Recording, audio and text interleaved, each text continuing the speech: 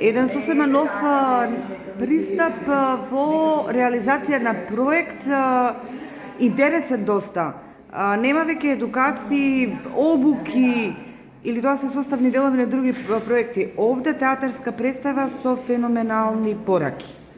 Па да, идејата најмногу произлиза од тоа што видовме дека после ковидот, уствари, и луѓето што доаѓаа на настани, на трибини, на активности кои што ги спроведувавме редовно, некако ја изгубивме публиката и сега ова ни е како иновативен начин како да ја вратиме, да ја заинтригираме, заинтересираме, а и да допреме на интересен начин до различна целна група, различна публика, пошто на театарска представа или на монодрама доаѓаат луѓе само од да се едуцираат, мислам не да се едуцираат, ами да си го потпунат слободното време и културно да се издигнати се, и затоа речевме дека преку ваков модел можеме да допреме до различна целна група и да ги поттикнеме да размислуваат за теми кои што не се зборуваат во кои не се така гласни и актуелни во секојдневието, односно не се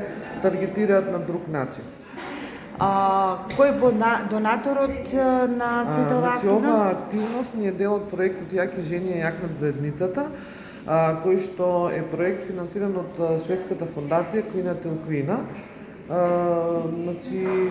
Со нив работиме долги години, проектот беше 3 годишен, но продолживме уште една година и овој пат се фокусиравме на повеќе да пробаме иновативни модели како би функционирало на терен, пошто ние така и сме како организација, сакаме да испитуваме, пошто е различен локален контекст, различни организациите што работат во Скопје или на национално ниво и затоа испитуваме нови модели преку овој проект, како може да допреме до различна целна група, да ги поттикнеме да зборат гласно за теми кои што особено ги засегаат жените, девојчињата секојдневно.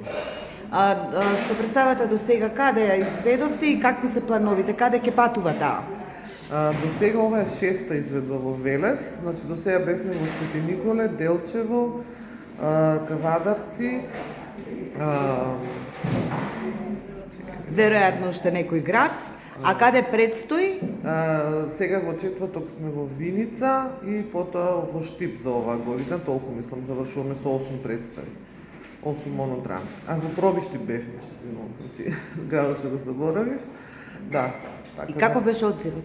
Значи секаде различно, ама ни е мило што секаде беше многу добро прифатена и имаше многу позитивни коментари.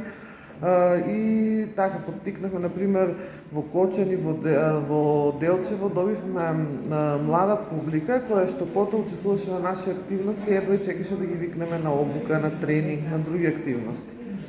Значи сепак погодена цел. Да. Ние сме стварно задоволни и сега веднаш размислуваме на у која насока би се движеле идните активности и што друго би правеле за да вака допреме до повеќе луѓе, да биде интересно за сите. Ти благодарам.